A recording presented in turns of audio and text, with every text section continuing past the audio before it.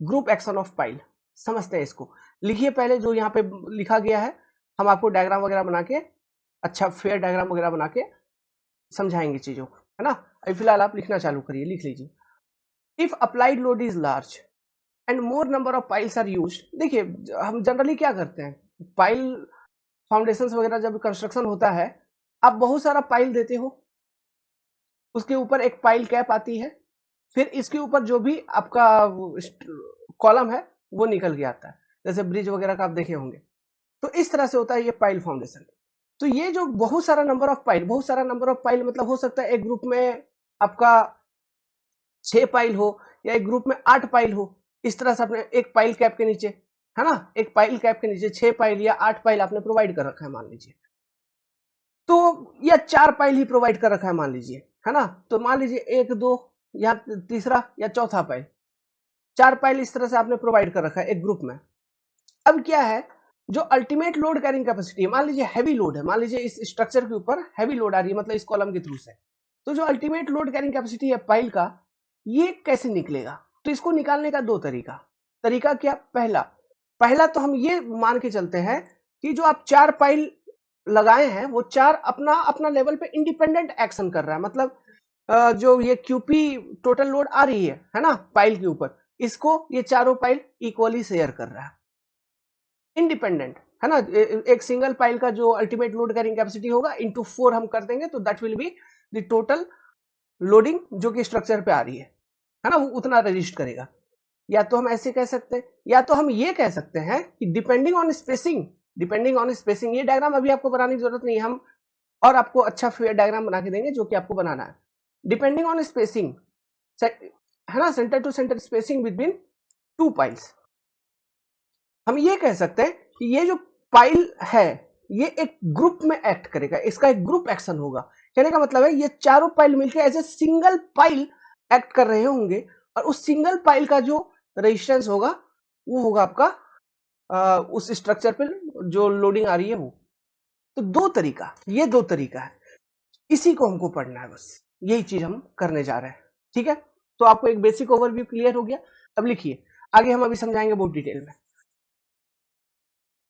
लिखिए, तो ये ग्रुप एक्शन समझ में आ रहा है ना। ग्रुप एक्शन जैसे इससे पहले अभी आपने थोड़ा देर पहले अंडर रिम्ड पाइल देखा होगा, तो अंडर रिम्ड पाइल के केस में क्या होता था, बल्ब के नीचे का जो सॉइल होता था वो डेंसिफाई हो जाता था, कॉम्पैक्ट हो जाता था, और वो क्या करने लगता था, वो एज ए पाइल का हिस्सा बन जाता था और लोड कैरी करने लगता था। मतलब it start behaving like a pile, वो सॉइल भी एज ए पाइल बिहेव करने लगता था। याद है कि नहीं, अंडर रिम्ड पाइल का जो अभी एग्जांपल हमने थोड़ा देर पहले हमने आपको बताया था, जस्ट लास्ट क्लास में। ये देखिए फोटो देखिए, है ना, ये बल्ब के नीचे का जो मिट्टी है वो कॉम्पैक्ट हो चुकी है, डेंस हो चुकी है, and it start behaving like pile and start carrying like load. So इसी तरह से जो एक पाइल ग्रुप होता है, मान लीजिए स्पेसिंग बहुत क्लोज क्लोज है, लेट सपोज, तो ऐसे केसेस में क्या होगा कि 2 पाइल के बीच का जो सॉइल है वो भी एज ए पाइल एक्ट करने लगेगा, मतलब एज ए पाइल मटेरियल बन जाएगा, क्योंकि वो कॉम्पैक्ट हो चुकी होगी बहुत अच्छे तरीके से। आप ऐसे भी इमेजिन करो ना, एक सैंड लो एक कटोरे में, गेंजो उसमें लकड़ी कुछ लो, गेंजो इधर, गेंजो इधर डाल दो, इधर डाल दो, वो अपने आप कॉम्पैक्ट हो जाता है, वो बीच का जो सॉइल होता है, तो वो भी लोड कैरी करने लगेगा। तो इसे हम कहते हैं ग्रुप एक्शन। तो मतलब क्या है कि जो पाइल का एक ग्रुप है उसके बीच में जो मिट्टी वगैरह भी है वो भी लोड कैरी में कंट्रीब्यूशन कर रहा है। समझ में आ रही है। अब ये जो पाइल ग्रुप का जो शेप है ये अलग अलग शेप हो सकता है। हो सकता है जो ग्रुपिंग कुछ बना है, ग्रुप एक ट्रायंगुलर फॉर्म में बना है, मिनिमम ट्रायंगुलर फॉर्म में अगर पाइल अरेंज्ड है तो ही एक पाइल ग्रुप का दर्जा उसको उसको मिलता है, वरना नहीं। स्क्वायर हो सकता है, या सर्कुलर फॉर्म में आप अरेंज किए, ये इस तरह से सर्कुलर ग्रुप बन सकता है, रेक्टेंगल बन सकता है, डिफरेंट अलग अलग शेप हो सकते हैं, बट द मोस्ट फेवरेबल या preferable group of pile is, जो शेप होता है वो स्क्वायर शेप होता है। ओके, खैर लिखिए, आगे लिखिए, चलिए शुरू करिए। If applied loading is large, applied load is large and more number of piles are used, then either pile will act as individually or as a group depending upon center to center spacing between piles. Clear है? Next, if center to center spacing is 2.5 times d, center to center spacing is 2.5 times d, d मतलब die of pile, to 4D, इस ये range है, ध्यान रखना। D मतलब die of pile, then soil में be compacted between pile, जो हम बात कर रहे थे, and the group of pile में act as a individual pile, मतलब वो जो पूरा ग्रुप ऑफ पाइल है वो एक सिंगल पाइल के जैसा बिहेव करेगा, इंडिपेंडेंट एक्शन नहीं होगी फिर जो डिफरेंट पाइल्स है उसमें, एज ए सिंगल यूनिट वो बन जाएगा। समझ में आ रहा है? क्योंकि उसके बीच का जो सॉइल है वो कॉम्पैक्ट हो चुकी है, तो वो भी लोड कैरी करने लगेगा। ठीक है, ओके।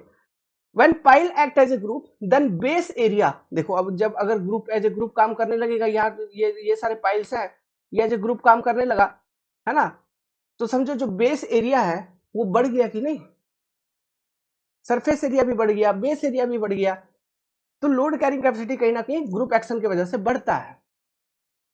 तो when pile act as a group, base area and surface area both increases. Minimum number of pile required for group action is 3 in form of equilateral triangle. Next, ये यहाँ पे दिख नहीं रही होगी आपको, रुकिए एक मिनट, थोड़ा सा साइज छोटा कर ले इसका, फिर आपको ये दिख जाएगा। आगे के पॉइंट्स को लिखिए। Minimum number of pile required for group action is 3 in form of equilateral triangle. Next, pile group में भी triangular shape, circular, rectangular or square, but generally square pile group is preferred. Center to center spacing of pile in pile group, center to center spacing of pile in pile group depend on action of pile. Action मतलब load carrying action, कि किस तरह से load को resist कर रहा है। जैसे रेंज है मतलब ग्रुप एक्शन के लिए, for end bearing pile it should be in range of 2.5 to 2.5 D to 3.5 D. अगर centre to centre spacing 2.5 D से 3.5 डी है in case of end bearing pile, तो हो सकता है वहां पे जो पाइल ग्रुप है, हो सकता है, होगा ही ये नहीं बोल रहा हूं, हो सकता है कि वहां पे जो पाइल ग्रुप है वो एज ए सिंगल यूनिट काम कर रहा हो, इन case of end bearing type. In case of friction यही रेंज 3D टू 4D के पास रहती है। ठीक है, तो आपको ये रेंज अब क्लियर है, 2.5 से 3.5 और 3D टू 4D। ओके, ये आपने लिख लिया, अच्छे से लिखिए, वीडियो पॉज करके लिखिए, आराम से लिखिए, प्यार से लिखिए, कोई हड़बड़ी नहीं है। अब मैं आपको डायग्राम के माध्यम से चीजों को समझाऊंगा, इक्वेशंस वगैरह इसका लिखेंगे, उन सब चीजों को लिखना पड़ना है। देखिए, अगर मैं आपको ना एक पाइल ग्रुप बना के दिखाऊं तो इस तरीके का कुछ आपको एक पाइल ग्रुप दिख रहा होगा। ये मान लो ऊपर का बना रहा हूं मैं, एक 3D व्यू बना रहा हूं, देखना, है ना। ये मतलब मान लो ये पाइल कैप का टॉप सरफेस आपको दिख रहा है, तो इसके नीचे हो सकता है, एक मिनट, यहाँ पे ग्रीन ग्रीन क्यों आने लगा यार इतना, एक मिनट, यहाँ पे एक पाइल हो कोई एक पर्टिकुलर डाया का, ठीक है, मान लीजिए सभी पाइल इस पाइल ग्रुप में सेम डायमीटर के हैं, इधर पाइल हो सकता है ऐसा, है ना, यहाँ एक पाइल हो सकता है ऐसा, ये एक पाइल यहाँ पे बीच में भी डाल दिया मान लो, ये एक पाइल डाल दिया बीच में, इधर भी एक पाइल दिखा दिया मैंने, मान के चलो, है ना, इधर यहाँ पर भी एक पाइल दिखा दिया मैंने इस तरफ, यहाँ भी एक पाइल दिखा दिया मान लो इधर सामने तुमको। तो इस तरह से डिफरेंट पाइल होंगे अरेंज्ड, है ना, और हो सकता है बीच में भी एक पाइल हो। ओके, यहाँ बीच में भी एक पाइल आपको यहाँ दिखा सकते हो, कोई बड़ी चीज नहीं है, मतलब ये पूरा जो चारों बगल पाइल है उसके बीच में एक पाइल है। इन पाइल्स के ऊपर पाइल कैप होता है और उसके ऊपर से कॉलम निकलती है। यहां तक आपको क्लियर है? ये टॉप वाला इसको मैं कहता हूँ पाइल कैप मान लो, है ना, ग्रीन ग्रीन आ रही है थोड़ा सा, एक मिनट रुक जाओ। वेल आपको ये दिख रहा होगा ना, ठीक है, ये डायग्राम आप समझ गए। लेट्स सपोज ये पाइल कैप है, these are the piles of dia D. देखो अब ये डाया डी, ये हम इंजीनियर्स हैं, सेम डायमीटर का प्रोवाइड कर सकते हैं या अनइक्वल डायमीटर का प्रोवाइड कर सकते हैं, लेकिन मुझे ये बताओ बेस्ट क्या होगा, एक ही जैसा सेम डायमीटर का प्रोवाइड कर, कंस्ट्रक्शन इजी, कम समय में हो जा रहा होगा, है ना। तो पाइल्स ऑफ डाया डी, यहां से यहां तक अगर हम देखेंगे इसी को हम कहेंगे डेप्थ ऑफ पाइल, है कि नहीं, डेप्थ ऑफ पाइल। तो ये आपका एक 3D व्यू है पाइल ग्रुप का। ओके, अब इस पे जो भी लोडिंग आ रही होगी, समझना, इसके ऊपर से जो भी लोड आ रही होगी ठीक है। क्यू, मान लो हम इसको ultimate pile load carrying capacity Q UP कहते हैं। तो ये जो ultimate pile load carrying capacity है क्यू यूपी, आप ये बनाइएगा, है ना। ये क्या होगा, देखो हमें ये मालूम नहीं कि यहाँ पे ग्रुप एक्शन काम कर रहा है कि नहीं कर रहा है। ग्रुप एक्शन कहने का मतलब ये जो पाइल है इनके बीच में जो सेंटर टू सेंटर स्पेसिंग होगा, कहने का मतलब ये पाइल्स के बीच का सेंटर टू सेंटर स्पेसिंग, इसको मैं कहता हूं एस। वो कुछ इस तरह से है कि ग्रुप एक्शन वो काम कर रहा है, उसका मैंने प्रोविजन आपको दे रखा है 2.5 डी टू 4 डी के बीच में होना चाहिए, depending on action, and bearing है या फ्रिक्शन है ना, उसके अकॉर्डिंग वो सब चीजें देखना है। मान लीजिए होगा, हो क्या रहा है, ये जो चारों बगल जो पाइल्स आपने डाल रखा है इसके बीच का जो सॉइल है वो कॉम्पैक्ट हो चुकी है, अगर ग्रुप एक्शन का बात करें कॉम्पैक्ट हो चुकी है, और ये जो पाइल ग्रुप है ये as a single unit act कर रहा है। हो सकता है, ये हो सकता है, ठीक है, या नहीं भी हो सकता है। तो इसलिए जो ultimate pile load carrying capacity हम निकालेंगे क्यू यूपी इस तरह के केस में, क्योंकि हम यहाँ पे कंफ्यूज्ड है कि ग्रुप एक्शन है या नहीं है ना, तो इसलिए हम ultimate pile load carrying capacity को निकालने के लिए हम क्या करते हैं, हम कहते हैं it is minimum of,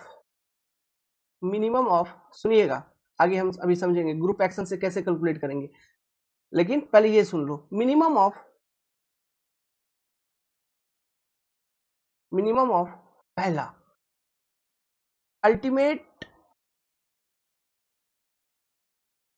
pile load carrying ultimate load carrying capacity, एक minute, ultimate load carrying capacity of individual pile load carrying capacity of individual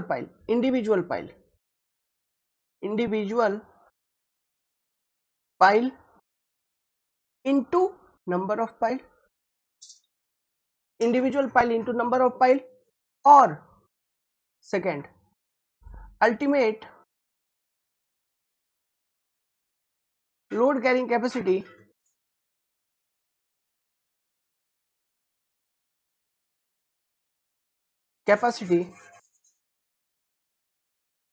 considering group action, considering group action, समझ में आ रहा है। जब पाइल ग्रुप्स होता है तो ग्रुप एक्शन यहाँ पे डेवलप हो रहा है या नहीं हो रहा है हम उतना कंफर्म नहीं होता है, हमारे पास प्रोविजंस है, और वो प्रोविजंस ये कह रहे हैं कि अगर इस तरह के कंडीशंस बन रहे हैं तो शायद हो कि ग्रुप एक्शन वहां पे डेवलप हो जाए, है ना। तो हम क्या करेंगे, ग्रुप एक्शन को कंसिडर करते हुए, मद्देनजर रखते हुए ultimate pile load carrying capacity निकालेंगे। कैसे निकलेगा अभी समझाएंगे आपको। उसके बाद इंडिपेंडेंट पाइल लोड, जैसे यहाँ पे बहुत सारे पाइल है, 1 2 3 4 5 6 7 8 9 10 पाइल मैंने लगा रखा है। तो इंडिपेंडेंट पाइल का पाइल मतलब लोड कैरिंग कैपेसिटी हम निकालेंगे, ultimate load carrying capacity into number of pile, ऐसा कर देंगे तो टोटल आपका load carrying capacity of that group of pile निकल जाएगा, उनका मिनिमम, है ना, उन दोनों का मिनिमम। ये बेसिक कॉन्सेप्ट हम बेसिकली यहाँ पे यूज करते हुए नजर आते हैं। ओके, तो आप एक काम करिए, इसको पहले यहां तक लिख लीजिए, ये लिख लो। आपको ये चीज नोट्स में भी मिल जाएगा, ये मैं अलग जगह पेंट में आके पढ़ा रहा हूँ, लेकिन आपको ये चीज नोट्स में भी मिल जाएगा, क्योंकि मैं इसका स्क्रीनशॉट लेके नोट्स में डाल दूंगा। ठीक है, टेंशन वाली कोई बात नहीं है। लिखिए, ये देखिए यहाँ पे हमने डाल दिया है ना, तो ये आपको पीडीएफ भी मिल जाएगा। चलिए यहाँ तक आपने कर लिया, अब इसके आगे का, अब यहाँ पे डायग्राम को समझो। ठीक है, हम पढ़ेंगे तो वहीं पे, बस यहाँ पे डायग्राम मैं बनाते वक्त आपको समझाता हूँ। जनरली हम क्या बोल रहे हैं कि हम जनरली जो प्रिफरेबल शेप है पाइल ग्रुप का वो एज ए स्क्वायर कंसिडर करता है। ठीक है, तो लेट्स सपोज एक एग्जांपल के तौर पे एक स्क्वायर शेप हम लेते हैं, और इसमें हम ना 3x3 पाइल कंसिडर कर लेते हैं। लेट्स सपोज कि हम कंसिडर कर लेते हैं 3x3 pile group, pile group 3x3 pile group का मतलब क्या है कि टोटल आपके पास यहाँ पे 9 पाइल आपने लगा रखा है। ठीक है, लेट्स सपोज कि सभी पाइल का डायमीटर सेम है। तो ये देखो यहाँ पे लेट्स सपोज आपका एक पाइल, एक minute,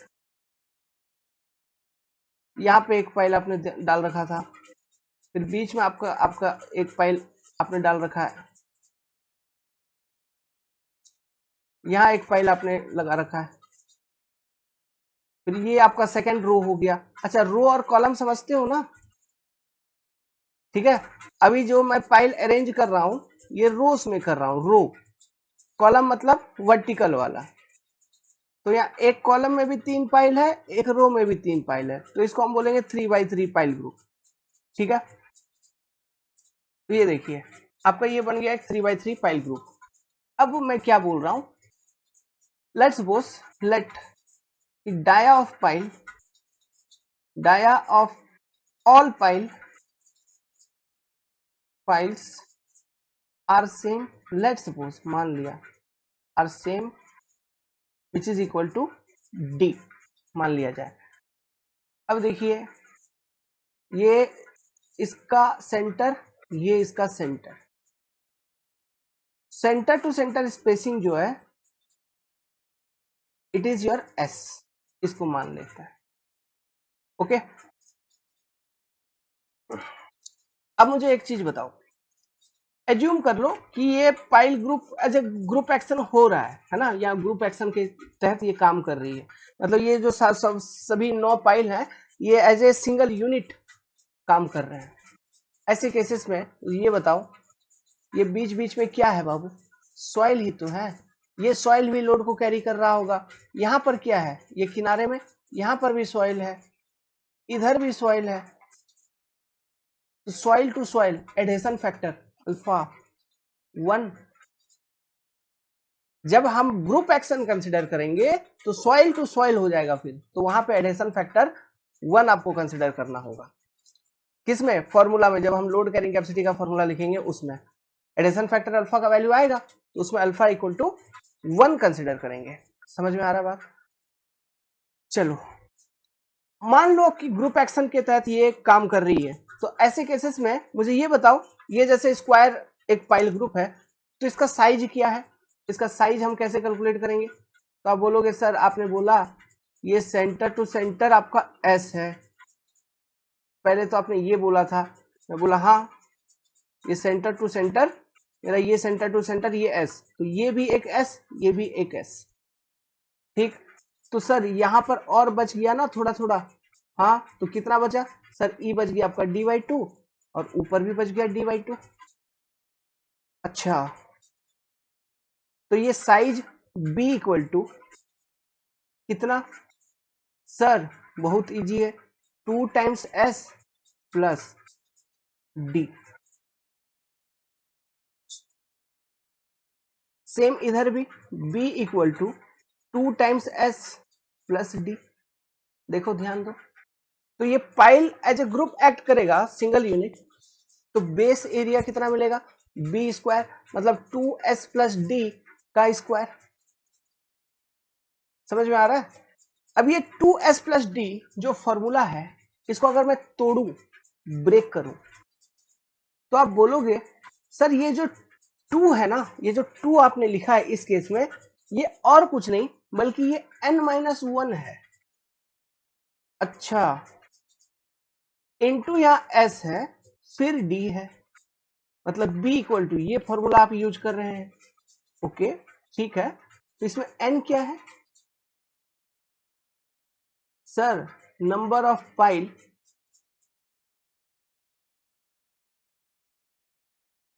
in a row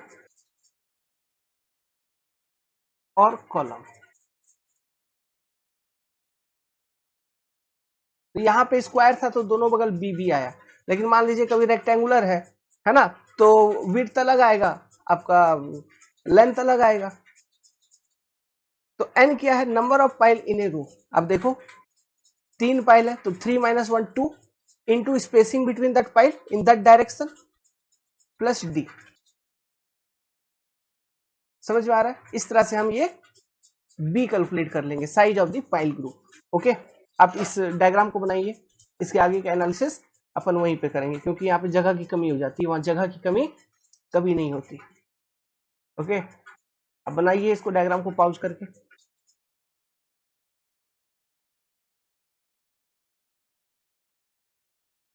well तो आ गए हम यहाँ पे। सो चलिए देखिए एनालिसिस देखिए। If pile is acting as group, pile is acting as a group.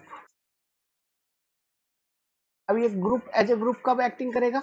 जब spacing between pile is such that it is in range of 2.5 D to 4 D।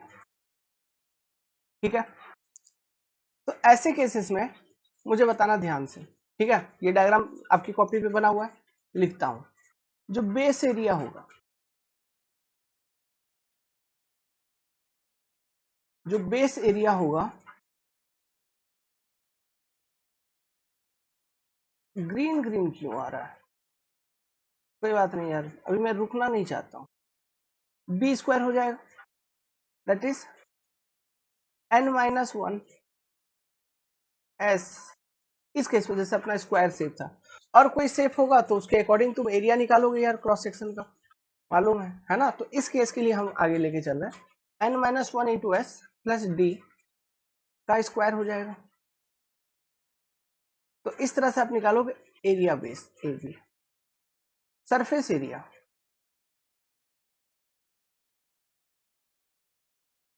Square है तो कितना हो जाएगा surface area? 4 times B into L, ये हो जाएगा आपका surface area. That is 4 times n-1 into S plus D into L. इस तरह से आप निकालेंगे base area and surface area. तो एज ए ग्रुप एक्शन, ठीक है, अगर pile as a group act कर रहा है, तो अब ऐसे केस में जो लोड है, लोड कैरिंग कैपेसिटी इस पाइल ग्रुप का, वो कैसे निकालेंगे? Ultimate load carrying capacity of this pile group. देखिए, अल्टीमेट लोड कैरिंग कैपेसिटी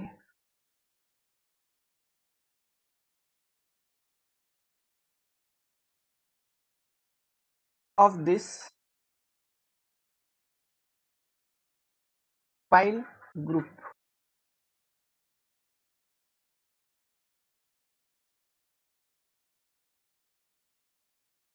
देखिए, ये जो ग्रुप एक्शन है, ये जनरली अगर पाइल कोहेजिव सॉइल में है तो वहां से ये निकल के आ रही है, ठीक है। तो हम कोहेजिव सॉइल को ही फॉलो करते हुए चलेंगे।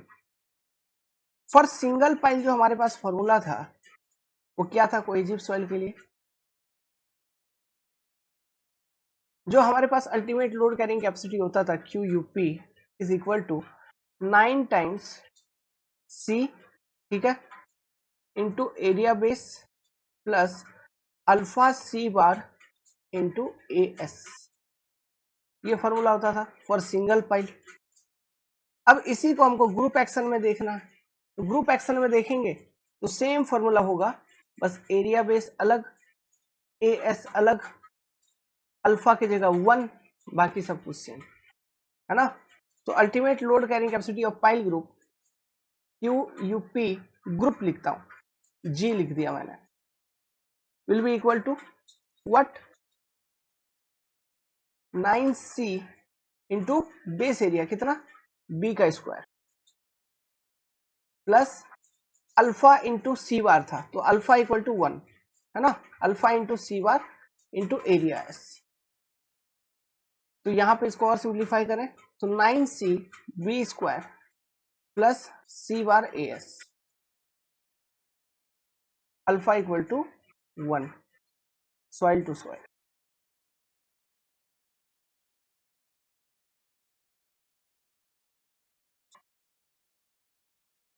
तो ये फॉर्मूला हम कब यूज करेंगे? ये फॉर्मूला हम तब यूज करेंगे to calculate the ultimate load when the pile is acting as a group, piles are acting as a group। कहने का मतलब है ग्रुप एक्शन एक्टिव है, that is all piles are acting as a single unit, all piles act as a single unit. Single pile, आप ऐसे simply लिखिए। तो ये पहला, इस तरह से आप निकालोगे ultimate pile load for that particular group. इसी ग्रुप के लिए, ग्रुप ऑफ पाइल के लिए जो अल्टीमेट पाइल लोड होगा QUP, हम और एक तरह से लिख सकते हैं, number of pile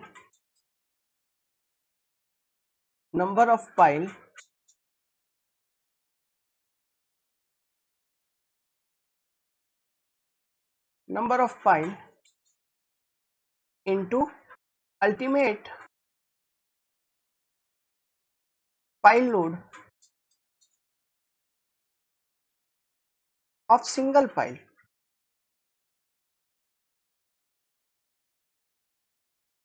that is n into QUP, single pile का अल्टीमेट पाइल लोड, जो कि अभी थोड़ा देर पहले आपने बताया था। तो सिंगल पाइल का जब अल्टीमेट पाइल लोड निकालेंगे ये फॉर्मूला यूज करेंगे QUP, है ना। इसमें alpha will be less than 1 generally, okay. तो फिर डिजाइन लोड जो होगा वो क्या होगा,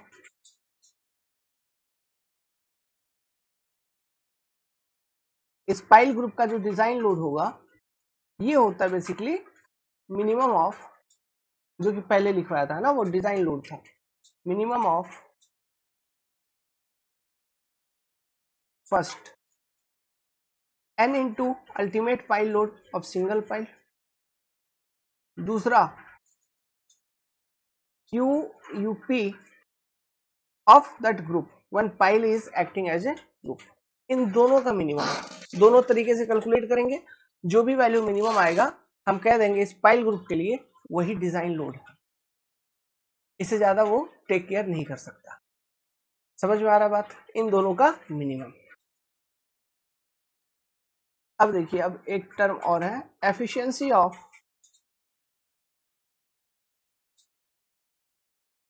पाइल ग्रुप, ठीक है।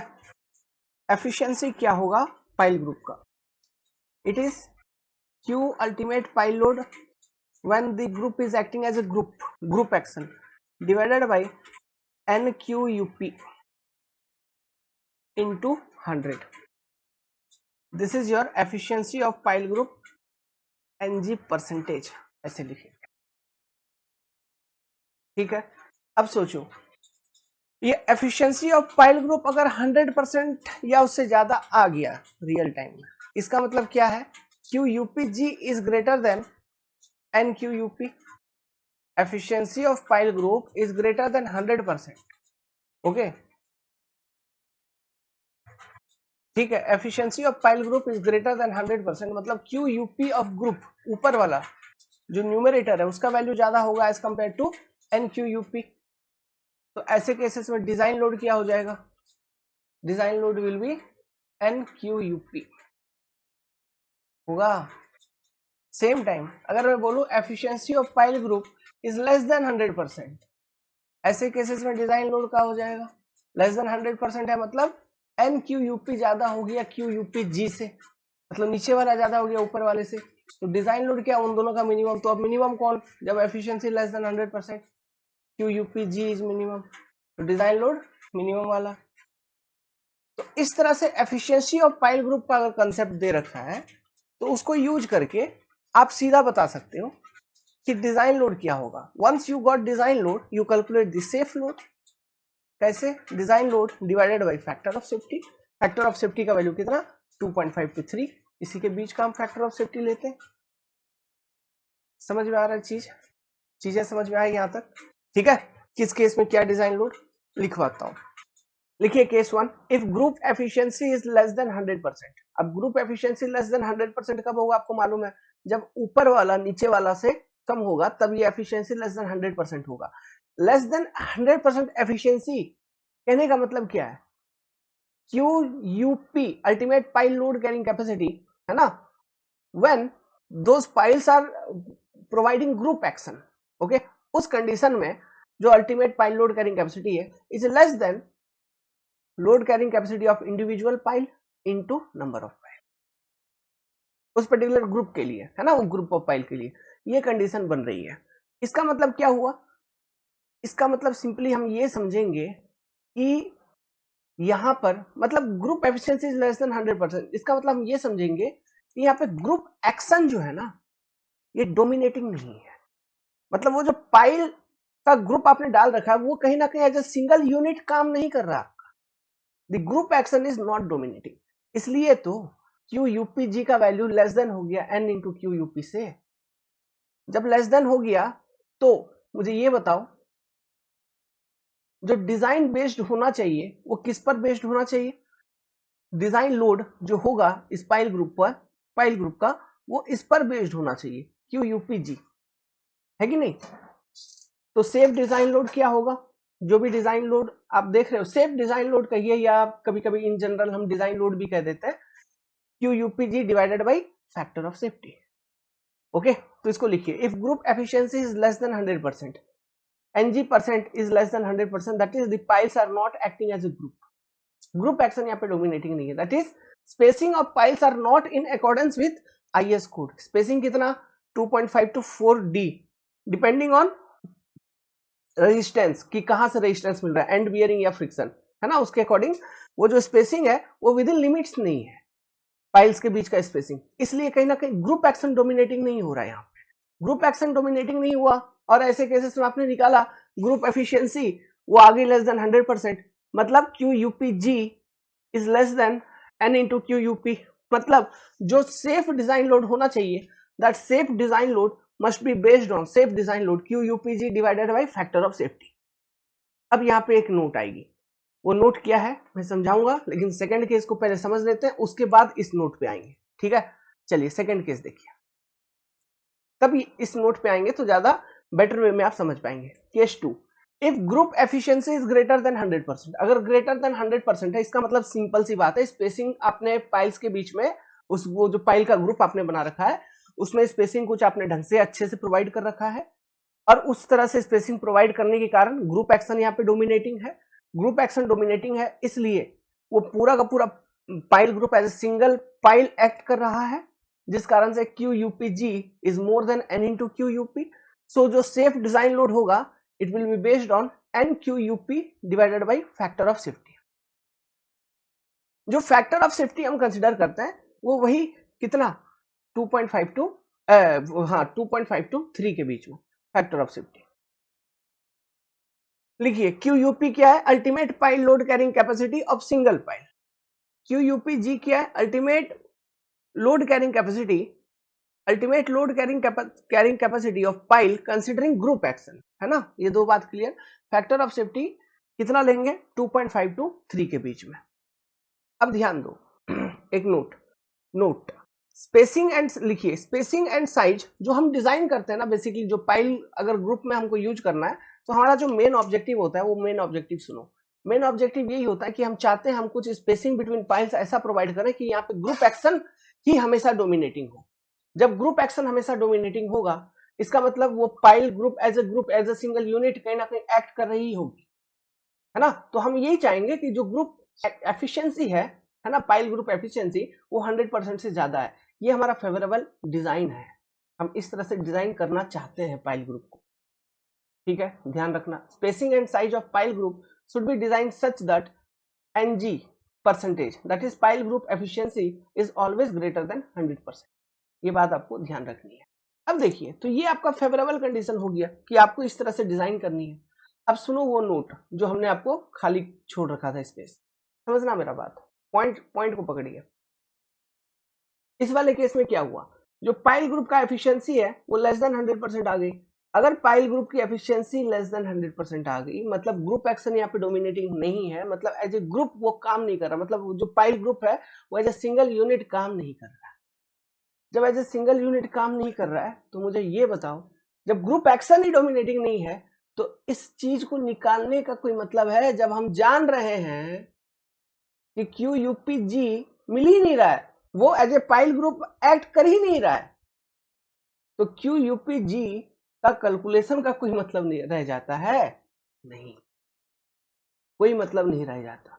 तो इस केस में भी जो आपका सेफ डिजाइन लोड है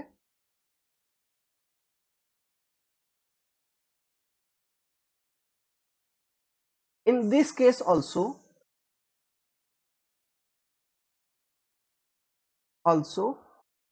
will be based on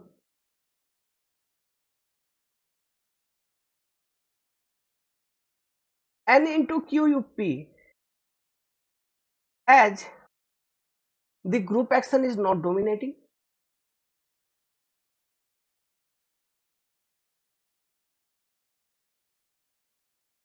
Not dominating.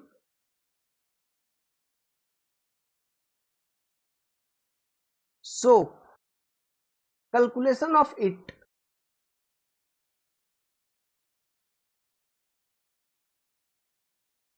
is insignificant. कोई मतलब का नहीं है. समझ रहे हो क्यों इसको खारिज किया? ठीक. सो सेफ डिजाइन लोड यहां पर भी ये इस तरह से होना चाहिए था. जो नॉर्मली अभी तक हम कंसेप्ट पढ़ते आ रहे हैं कि मिनिमम हम लेते हैं, तो ये होना चाहिए था. लेकिन जब हमने और थोड़ा गौर किया, हमने ये सोचा अरे भाई यहाँ पे ग्रुप एक्शन डोमिनेटिंग है ही नहीं. वो जो पाइल ग्रुप आपने डाल रखा वो सिंगल यूनिट काम ही नहीं कर रहा है. तो ग्रुप एक्शन को कंसिडर करके लोड कैरिंग कैपेसिटी निकालने का फिर क्या मतलब रह जाता? समझ रहे हो कि वही बात, इनसिग्निफिकेंट. तो सेफ डिजाइन लोड इस केस में भी क्या होगा? NQUP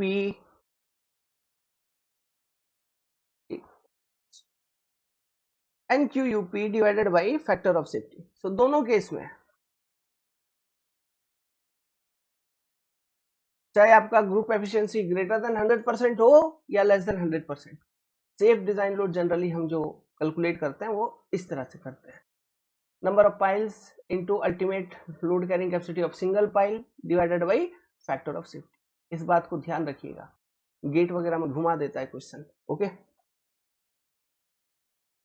ठीक है, लिख लीजिए.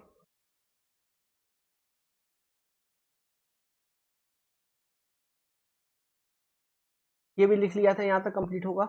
ओके, अब चलिए, ये खत्म हो गया, ये बेसिक कॉन्सेप्ट्स ग्रुप का खत्म हो गया. अब कुछ और बात कर, एक कॉन्सेप्ट समझाता हूं प्रेशर बल्ब का. समझना ये वाला कॉन्सेप्ट, ये इंपॉर्टेंट है. प्रेशर बल्ब का मतलब क्या होता है? जैसे मान लो ये ग्राउंड लेवल है, ध्यान से सुनना, ये मैं बता रहा हूं सिंगल पाइल का. सिंगल पाइल अच्छे से बनाना, ये सब डायग्राम बहुत जरूरी है. मान लीजिए आपने पाइल इंसर्ट किया.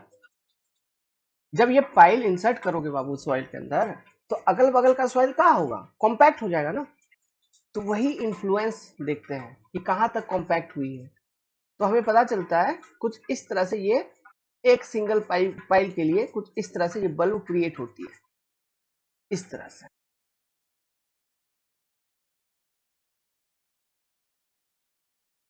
है ना.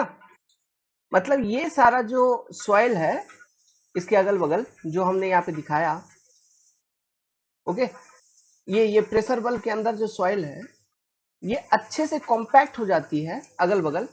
मतलब यहाँ पे जो सॉइल है, यहाँ पे कोई सॉइल है मान लीजिए, दिस एंड दिस, दोनों में अंतर है. भले ही वो सेम सॉइल है, बट ये कहीं ना कहीं, ये जो बाहर में जो सॉइल है it is relatively loose as compare to this particular soil. मतलब ये सॉइल पे कहीं ना कहीं स्ट्रेस आ रही है, वो जो लोड आ रहा है वो लोड को पाइल तो कैरी कर रहा है, लेकिन उसका इफेक्ट उस पर्टिकुलर सॉइल पे भी आ रहा है, और वो भी कहीं ना कहीं लोड को कैरी कर रहा है और कॉम्पैक्ट हो चुकी है थोड़ा as compare to adjacent soils. तो ये जो इन्फ्लुएंस एरिया है ना, इसी को हम बोलते हैं प्रेशर बल्ब. समझ में आ रहा है? इसी को बोला जाता है pressure bulb.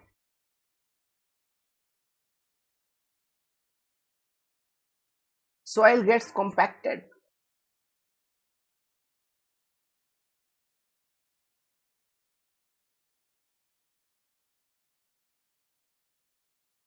Okay, influence of stress, या फिर इट ऑल्सो, ऐसे लिखो, it also contribute in load carrying कहीं ना कहीं.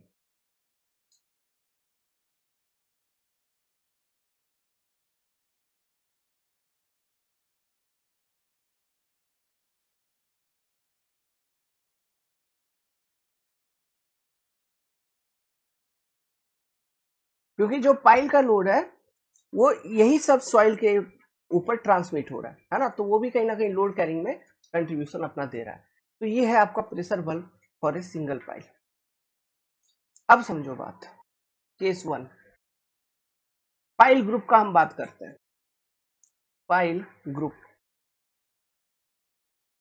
पाइल ग्रुप में, ग्रुप ऑफ पाइल में बहुत सारे पाइल होंगे, समझिएगा बहुत सारे पाइल होंगे। लेट्स सपोज बहुत सारे पाइल मतलब कुछ हम ले लेते हैं, ये पाइल कैप है, यहाँ एक पाइल ले लिया, 3 पाइल ले लिया मान लो, है ना, समझ जाओगे। ये 3 पाइल हमने ले लिया। अगर ये pile group as a group, है ना, काम नहीं कर रहा है, मतलब जो ग्रुप एफिशिएंसी है इज लेस देन 100%, मतलब ग्रुप एक्शन यहाँ पे डोमिनेटिंग नहीं है। तो ऐसे केसेस में क्या होगा, इंडिविजुअल पाइल अपना अपना लोड कैरी कर रहा है, तो pressure bulb of individual pile will be separate, ये एक दूसरे से ओवरलैप नहीं कर रहे होंगे जो प्रेशर बल्ब होंगे, है ना। सभी पाइल का अपना अपना अलग अलग प्रेशर बल्ब, और ये pile to pile spacing, no overlapping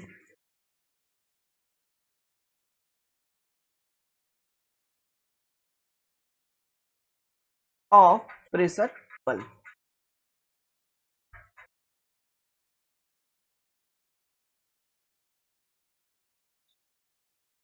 अरे ये चीज हमने वहां पर भी पढ़ा था ना, कहां पर, stress, stress distribution on within soil due to external loading, वहां पर बताया था हमने प्रेशर बल्ब का कॉन्सेप्ट वही है ना। तो वो जो स्ट्रेसेस आ रहे हैं उस कारण से बेसिकली क्या होता है, आपका सॉइल जो अगल बगल का वो कॉम्पैक्ट हो जाता है कि नहीं, और वो भी कहीं ना कहीं लोड को कैरी करने में भागीदार बन जाता है, ठीक है।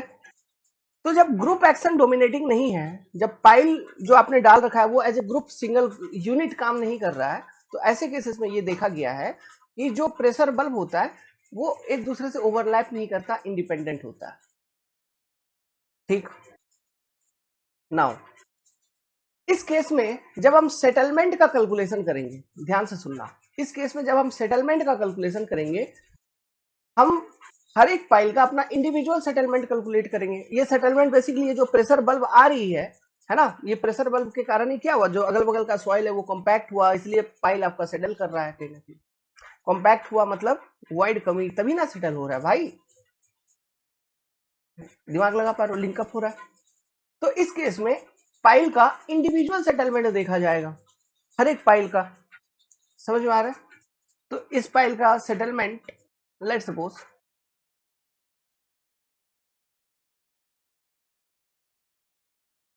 इंडिविजुअल सेटलमेंट लिखता हूं, इंडिविजुअल, इंडिविजुअल, एक मिनट,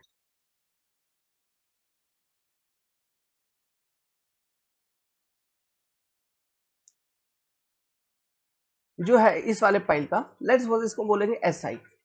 सेम उसी तरह से अब किसी पाइल का सेटलमेंट ज्यादा हो सकता है, किसी का कम हो सकता है ना, इसमें कोई ये बात नहीं है। तो मतलब इस केस में आप क्या करोगे, इंडिविजुअल सेटलमेंट आप देख रहे हो, क्योंकि प्रेशर बल्ब किसी का एक दूसरे से ओवरलैप नहीं कर रहा है। सेकेंड केस, जब आपने पाइल ग्रुप, ठीक है, इसी में पाइल ग्रुप का केस, पाइल ग्रुप आपका ऐसा है कि group action is dominating. Green green क्यों आ रहा है यार, परेशान कर देता, इरिटेट हो जाता हूँ। लाइटिंग वगैरह भी तो ठीक ही है रूम में। जब ग्रुप एक्शन आपका डोमिनेटिंग है, that is group efficiency, pile group efficiency is greater than 100%, ठीक। तो ऐसे केस में क्या होता है आपको बताता हूं, देखिए ये पाइल्स, जब ग्रुप एक्शन डोमिनेटिंग है तो कहीं ना कहीं spacing between piles must is such that, है ना, कि वो कम कम होंगे स्पेसिंग। तो ऐसे केसेस में जो प्रेशर बल्ब आप देखते हो ना, ये मान लीजिए पहला पाइल का, ये दूसरा पाइल का,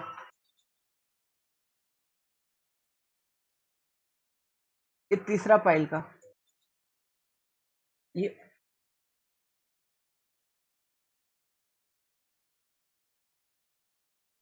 इस तरह से है ना, इस तरह से। तो जो पाइल्स के प्रेशर बल्ब होते हैं वो देखिए एक दूसरे से ओवरलैप कर रहे हैं। Pressure bulb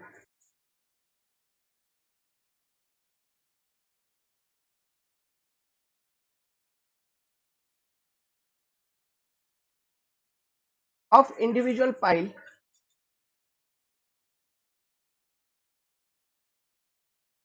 overlaps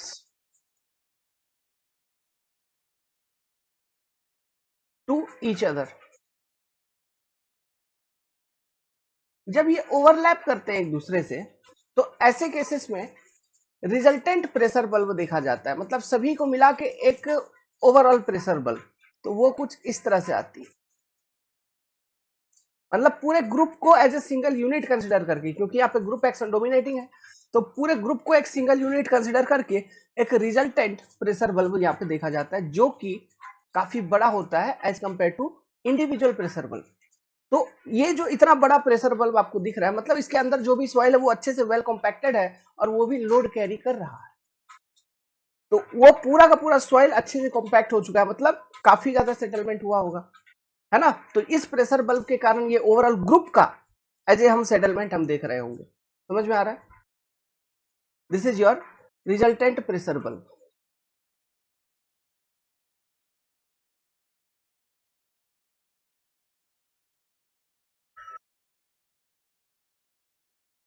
okay, let's suppose इसके कारण जो सेटलमेंट हो रहा है वो ओवरऑल ग्रुप का हो रहा है, उसको मैं कह रहा हूं SG, settlement of complete group.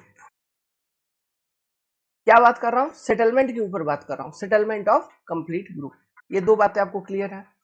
Diagram बनाइए फिर लिखवाते हैं। मतलब आप सिंपली ये देखिए ना, जब ये पाइल्स को आपने इंस्टॉल कर रखा है और यहाँ पे ग्रुप एक्शन डोमिनेटिंग है, तो प्रेशर बल्ब की जो डेप्थ है, रिजल्टेंट प्रेशर बल्ब की डेप्थ वो काफी ज्यादा है as compare to individual pressure bulb. जो इंडिविजुअल प्रेशर बल्ब हमने इससे पहले वाले केस में दिखाया था, पाइल ग्रुप के केस में, उसके कंपैरिजन में इनका डेप्थ काफी ज्यादा होता है रिजल्टेंट प्रेशर बल्ब का। So chances of settlement is more. यही एक प्रॉब्लम है जब हम डिजाइन करते हैं, कि हमने आपको बता रखा है जो फेवरेबल हमारा डिजाइन वाला कंडीशन है वो क्या होना चाहिए। आप डिजाइन कुछ ऐसा करिए कि pile group efficiency must be greater than 100%, design कर देंगे। लेकिन प्रेशर बल्ब इतना बड़ा बन जाएगा, उसका डेप्थ इतना होगा, मतलब वो पूरा सॉइल उस एरिया का अच्छे से वेल कॉम्पैक्टेड हो जाएगी, जिस कारण से आपको अधिक सेटलमेंट देखने को मिलेगा as compare to individual pile settlement. यही एक प्रॉब्लम है, बाकी और कोई प्रॉब्लम नहीं है। समझ में आ रहा है? तो ये चीज एग्जाम में पूछता है। ठीक है, बना लिए, लिखते हैं। लिखिए, if piles are acting in a group then depth of pressure bulb will be more and settlement of soil in this case is more। सीधी सीधी बात है।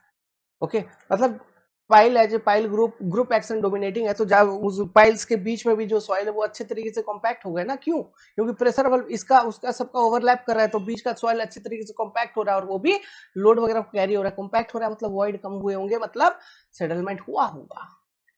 तो वो जो सेटलमेंट होती है वो ज्यादा होती है as compare to that case when independent action होती है, पाइल की इंडिविजुअल इंडिपेंडेंट एक्शन होती है उसके कंपैरिजन। यही बात कह रहे हैं।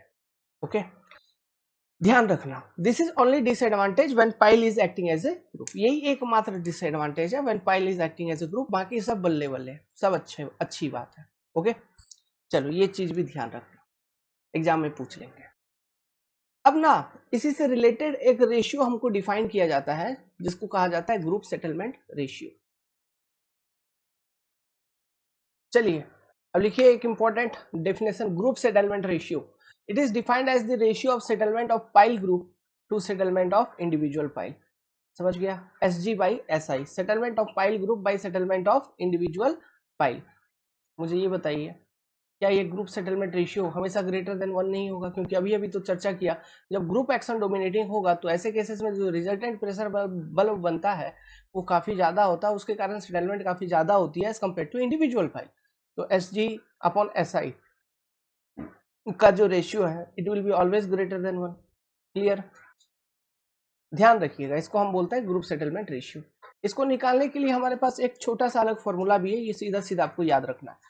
Group settlement ratio equal to SG/SI is given as 4B plus 2.7 divided by B plus 3.6 का स्क्वायर।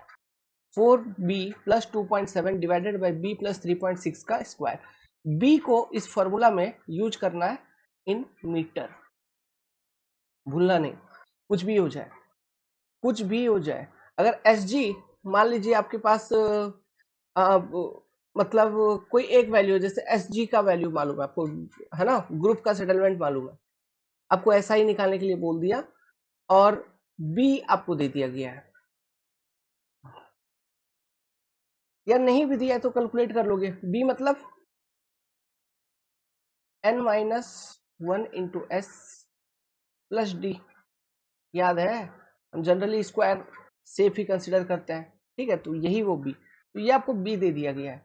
तो फिर हम अप्लाई करके, ये फॉर्मूला को अप्लाई करके ग्रुप सेटलमेंट रेशियो को कैलकुलेट कर सकते हैं। Is it clear?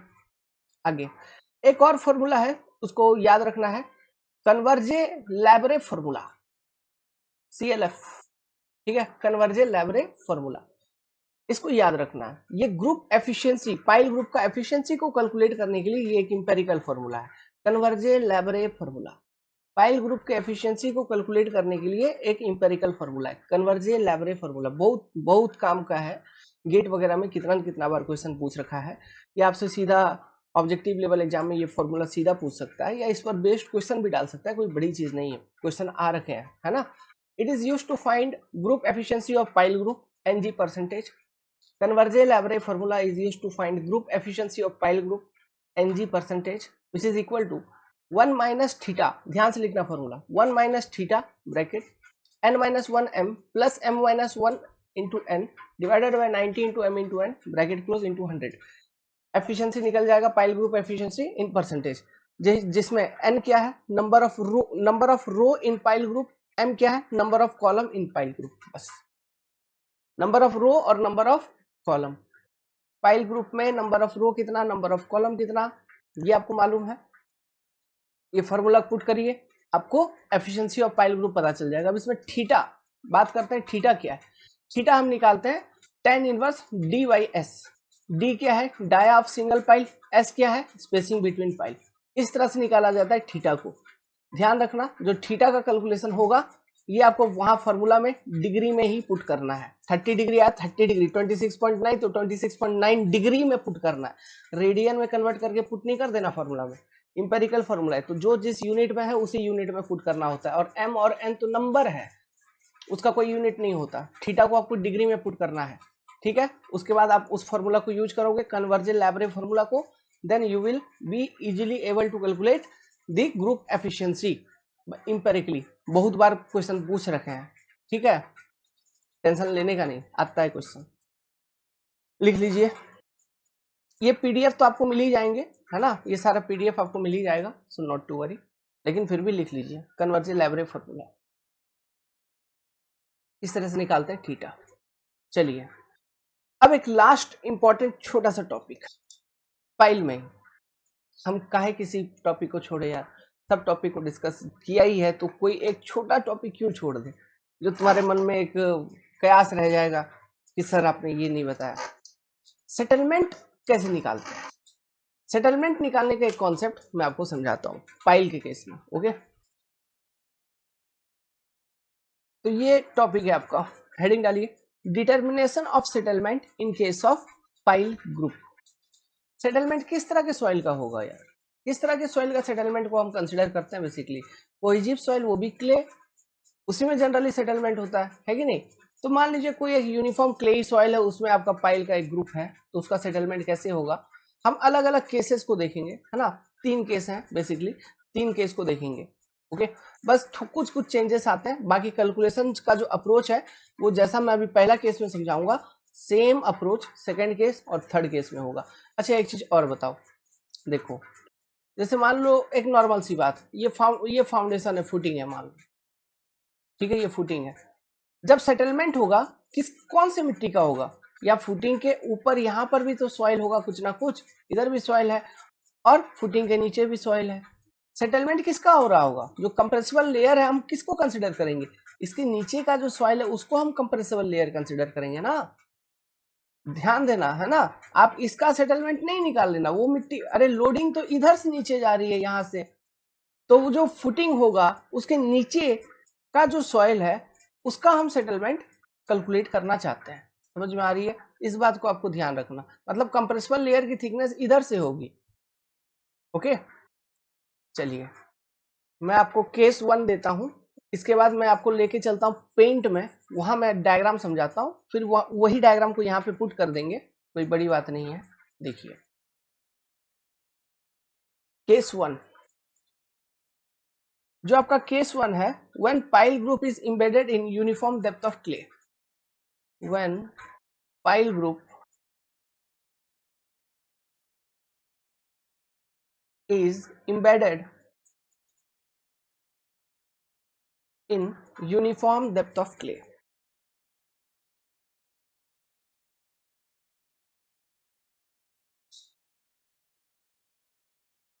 हमरा जनाता बबुआ जीएम है नाना ये तो टीएम है हो। ओके अब चलिए पेंट में चलिए समझिएगा। लेट्स सपोज कि आपका ये ग्राउंड लेवल है, ठीक है, what is this, this is ground level, तो यहीं से पाइल आएंगे नीचे। तो हम ये जो सेटलमेंट कैलकुलेशन कर रहे हैं ना, किसका कर रहे हैं, ग्रुप ऑफ पाइल का कर रहे हैं। ध्यान दीजिएगा, किसका कर रहे हैं, ग्रुप ऑफ पाइल। ये पूरा का पूरा जो पाइल ग्रुप है उसका सेटलमेंट हम कैसे कंप्यूट करेंगे, इसके बारे में हम स्टडी कर रहे हैं नाउ। तो यूनिफॉर्म क्ले डिपॉजिट है, मतलब ग्राउंड लेवल के नीचे जो भी पूरा का पूरा सॉइल है वो यूनिफॉर्म है, मतलब एक जैसा सॉइल है, ठीक है। अब यहाँ पे देखो, अब ये ग्रुप ऑफ पाइल है, तो लोडिंग जो हम इस पे लगाते हैं, एक यहाँ पे ऊपर में क्या रहता है आपका, पाइल कैप वगैरह रहता है, पाइल कैप एक तरह का स्लैब, ठीक है, इसको हम राफ्ट भी कहते हैं, क्या कहते हैं, इसको राफ्ट कहते हैं। तो इसी के थ्रू से लोड कहीं ना कहीं आनी है, इस ग्रुप ऑफ पाइल पे जो लोडिंग आ रही होगी इसी के थ्रू से क्यू लोड आप अप्लाई कर रहे होगे। तो हम क्या करते हैं ना, यहाँ पे एक एजम्पशन लिया जाता है जब सेटलमेंट कैलकुलेशन किया जाता है, कि एक आप इमेजिनरी राफ्ट एज्यूम करिए, ओके, आप एक इमेजिनरी राफ्ट एज्यूम करिए at a depth equal to कितना, ये जो टोटल डेप्थ है पाइल का, let's suppose this total depth of pile is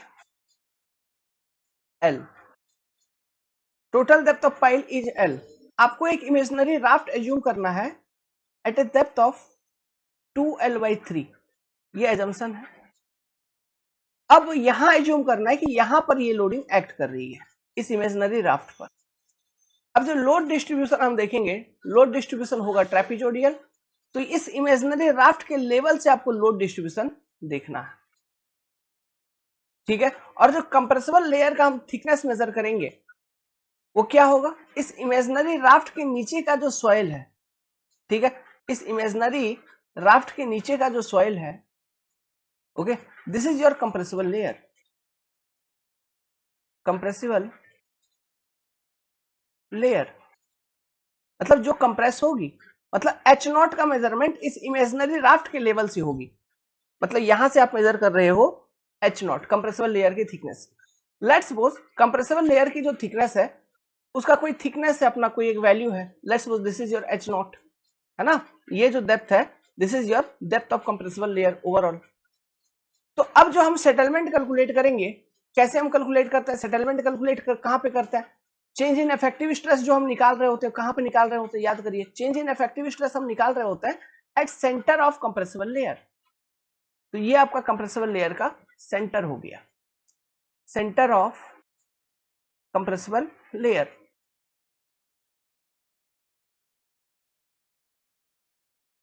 centre of compressible layer. ठीक है, यहां पे हमको क्या कैलकुलेट करना है, delta sigma effective, delta sigma effective that is change in effective stress. अब ये change in effective stress at this level will be what, this load Q divided by area, cross section area यहाँ पे कितना है, यही होगा आपका delta sigma effective at this level, है ना। तो एरिया एट सेंटर लिख देता हूं, एरिया एट सी। तो एरिया एट सेंटर हम कैसे निकालेंगे, ये लोड डिस्ट्रीब्यूशन का जो हमको स्लोप अगर मालूम होगा, है ना, लोड डिस्ट्रीब्यूशन का अगर हमको स्लोप मालूम है, मान लीजिए यहां से जो इमेजिनरी राफ्ट हमने ये कंसिडर कर रखा है, इमेजिनरी राफ्ट, ठीक है, जो हमने इमेजिनरी राफ्ट कंसिडर कर रखा है, वहां से लेके सेंटर तक का ये डिस्टेंस कितना होगा, h0/2, है ना, h0/2। लेकिन हम इन जनरल इसको z कंसिडर कर लेते हैं, लेट्स सपोज z। तो ये क्या हो गया, n टाइम्स z, यहां से यहां तक भी हो गया n times z। Load distribution आप देखिए ट्रेपेजोइडल है, तो क्रॉस सेक्शन एरिया आपको रेक्टेंगल मिलेगा इस पर्टिकुलर लेवल पे, सॉरी स्क्वायर मिलेगा इस पर्टिकुलर लेवल पे, क्योंकि ये जो पाइल ग्रुप हम जनरली एज्यूम कर रहे हैं वो कैसा है, स्क्वायर। ध्यान दो 3/3 pile group, generally preferable pile group shape is square, है ना। तो स्क्वायर पाइल ग्रुप शेप है, लोड डिस्ट्रीब्यूशन जो आपको मिल रहा है वो ट्रेपेजोइडल मिल रहा है, तो जो क्रॉस सेक्शन एरिया सेंटर पे निकालोगे वो भी एक तरह का स्क्वायर होगा, और उस स्क्वायर का साइज क्या होगा, यहां से यहां तक क्या हो गया, ये आपका हो गया बी। बी कैसे निकालेंगे आपको मालूम है, B equal to n-1 into S plus D, इस तरह से हम बी कैलकुलेट करते थे। तो बी प्लस एन जेड, तो cross section area, area at centre AC equal to B plus N Z का स्क्वायर, सिंपली 2nz, है ना, इधर वाला एक nz प्लस उधर वाला nz, तो ये एक डायमेंशन, सेम दूसरे साइड में, तो b प्लस 2nz का स्क्वायर। तो चेंज इन इफेक्टिव स्ट्रेस कितना आपको मिलेगा यहाँ पे, दिस पर्टिकुलर लोड जो आप इमेजिनरी राफ्ट पे एज्यूम किए हैं, है ना, मतलब वही लोड जो एक्चुअली पाइल पे एक्ट कर रहा है, उसी लोड को हम 2L/3 डेप्थ पे एक इमेजिनरी राफ्ट कंसिडर किए, वहां पे एक्ट करता हुआ, राफ्ट मतलब एक समझिए कि इमेजिनरी है, ये है नहीं, हम इमेजिनरी राफ्ट एज्यूम किए हैं, है ना, मतलब वहां पर से ये लोडिंग एक्ट हो रहा है, उसके नीचे का जो सॉइल है वो कंप्रेस होगा, हम ऐसा एज्यूम कर रहे हैं, सोच रहे हैं, समझ में आ रहा है। तो इस तरह से हम change in effective stress calculate करेंगे। बाकी हमारे पास सेटलमेंट निकालने का फॉर्मूला है ही, हम उस फॉर्मूला को यूज करके सेटलमेंट कैलकुलेट कर लेंगे। क्लियर, ये डायग्राम को आप बनाइए, इसके आगे का कैलकुलेशन मैं वो आपको वहां पे लिखवाता हूँ। डायग्राम को बनाइए, वीडियो पॉज करके डायग्राम कंप्लीट करिए। समझ में आया ना चीजें, कहां से किसका मेजरमेंट हो रहा है, बी कैसे निकाल रहे हैं, एनजेड क्या है, एन क्या है, स्लोप 1:2 जो भी आपको दिया रहेगा, ठीक है, वो स्लोप किसका, लोड डिस्ट्रीब्यूशन का स्लोप। क्यू क्या है, जो ये पाइल ग्रुप के ऊपर एक्ट करता हुआ लोड है, ठीक है, that is your Q.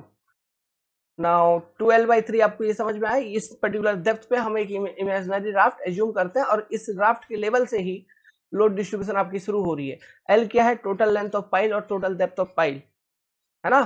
Change in effective stress कितना होगा at centre of compressible layer, that load Q divided by area of cross section at centre, है ना, और सेंटर ऑफ कंप्रेसिबल लेयर। तो area of cross section at centre of compressible layer कैसे निकालेंगे, वो चीज भी आपको मैंने यहाँ समझा रखा है। तो ये किसके लिए सेटलमेंट हम कैलकुलेट करने जा रहे हैं, for group of pile, okay, ध्यान रखिएगा। तो बन गया डायग्राम, वेल तो हम ये कर रहे थे, इसके नीचे आपने डायग्राम बनाया होगा, case 1 when pile group is embedded in uniform depth of clay, तो ये डायग्राम हमने किया था, ठीक है। तो यहाँ पे ये डेल्टा सिग्मा इफेक्टिव मतलब चेंज इन इफेक्टिव स्ट्रेस निकाला, लेकिन आप इसी सेंटर पे, ये तो चेंज इन इफेक्टिव स्ट्रेस तो सीधा ये load divided by cross section area होगा, ये आपको मालूम है, क्योंकि जो लोडिंग आ रही है उसी के कारण जो इफेक्टिव स्ट्रेस फिर 2 वाला आएगा। मतलब पहले आप यहाँ पे इसी सेंटर पे क्या निकालेंगे, सिग्मा 1 इफेक्टिव निकाल रहे होंगे, फिर आप ये लोडिंग अप्लाई करने के बाद सिग्मा 2 इफेक्टिव निकाल रहे होंगे, तो इन दोनों का जो डिफरेंस होंगे लेंगे आप, यही तो चेंज इन इफेक्टिव स्ट्रेस होगा। तो ये तो सीधा सीधा क्या होगा, वही Q divided by area of cross section at centre, यही तो होगा, है ना। तो सिग्मा 1 कह लो या सिग्मा नॉट कह लो, सिग्मा नॉट हम जनरली कहते हैं कि original effective stress, okay. Well अब देखिए, ये हमने पढ़ रखा था वैसे, H नॉट क्या है यहाँ पे लिख लो, thickness of compressible layer, thickness of compressible layer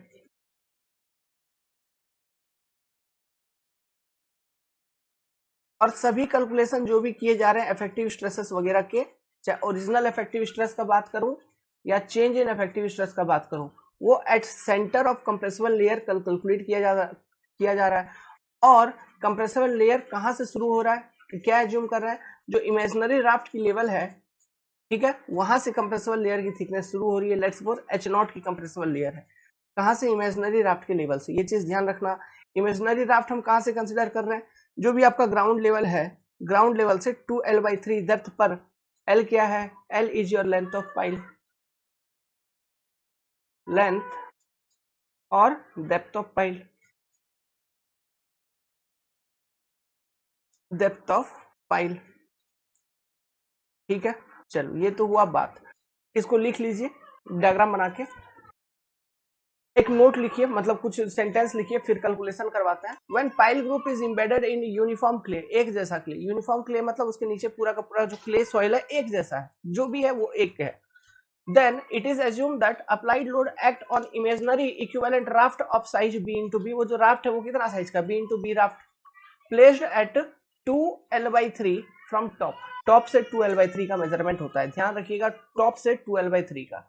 Thickness of compressible layer will be below this imaginary raft and all the calculation will be done at the center of this compressible layer and load distribution will be started from the level of equivalent raft या imaginary raft कह लो, है ना। load distribution is trapezoidal generally। अब देखिए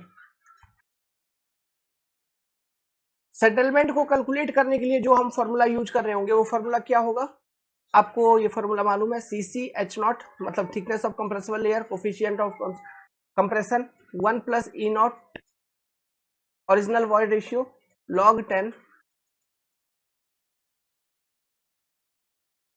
एक minute, log 10 sigma not effective, that is original effective stress, है ना, at centre of compressible layer, plus change in effective stress delta sigma not, या फिर सीधा लिखता हूँ change in effective stress by original effective stress again. यहाँ CC हम कैसे निकालेंगे, सीसी का वैल्यू फॉर्मूला याद है 0.009 बेस्ड ऑन लिक्विड लिमिट निकलेगा, लिक्विड लिमिट माइनस 10, इस तरह से हम निकाल लेंगे सीसी। ओके, और किसी में कंफ्यूजन, डेल्टा सिग्मा इफेक्टिव हम कैसे निकालेंगे एट सेंटर, आपको यहाँ पे लिखवाया था मैंने ना, डेल्टा सिग्मा इफेक्टिव हम कैसे निकालेंगे, डेल्टा सिग्मा इफेक्टिव ये रहा Q डिवाइडेड बाय AC, और AC इक्वल टू कितना, इतना, B प्लस 2NZ का होल स्क्वायर, तो Q डिवाइडेड बाय AC आपका डेल्टा सिग्मा इफेक्टिव निकल जाएगा। और इस तरह से हम कैलकुलेट कर लेंगे सेटलमेंट का वैल्यू। तो सेटलमेंट को कैलकुलेट करने के लिए स्पाइल ग्रुप का यही फॉर्मूला हम यूज करेंगे, आगे जितने भी केसेस बताऊंगा सभी में सेम टू सेम फॉर्मूला होगा। बस हमको ये आइडेंटिफाई करना है कि कहाँ पे इमेजिनरी राफ्ट है, किस केस में, कहाँ से मतलब लोड डिस्ट्रीब्यूशन शुरू होता है, जहां से लोड डिस्ट्रीब्यूशन शुरू होगा उसी के नीचे कंप्रेसिबल लेयर की थिकनेस होगी भाई, समझ में आ रहा है बात। चलो लिख लो आगे, केस 2, देखो लिखते चलो, है ना, स्पीड में लिखते चलो। Okay, case 2, when there are two different type of soil, दो अलग अलग तरह का सॉइल है, उसमें एक पाइल ग्रुप है, और ये अलग अलग तरह का सॉइल मतलब लेट्स सपोज L1 लेंथ का सॉफ्ट सॉइल है, सॉफ्ट क्ले है ऊपर में, एंड लोअर वाला जो सॉइल है स्टिफ सॉइल है। तो ऐसे केसेस में हम क्या करते हैं, जो स्टिफ सॉइल जहां से शुरू होता है वहां से ऊपर वाला देखो सॉफ्ट सॉइल, नीचे वाला स्टिफ सॉइल, तो स्टिफ सॉइल जहां से शुरू हो रही है उसकी लेंथ है L2, देखो ये L1 ये L2, तो स्टिफ सॉइल जहां से शुरू हो रहा है L2, तो वहां से 2L2/3 पे, ध्यान दो यहाँ पे 2L2/3, वहां से 2L2/3 पे मैं इमेजिनरी राफ्ट कंसिडर कर रहा हूं, राफ्ट, ठीक है। अब इसके नीचे जो भी एक कंप्रेसिबल लेयर की थिकनेस है यहां तक, लेट्स सपोज, तो वो कंप्रेसिबल लेयर यहां से यहां तक है, ये मान लो H0। अब इसके सेंटर पे सभी कैलकुलेशन होगा, यहाँ पे ये होगा सेंटर ऑफ कंप्रेसिबल लेयर।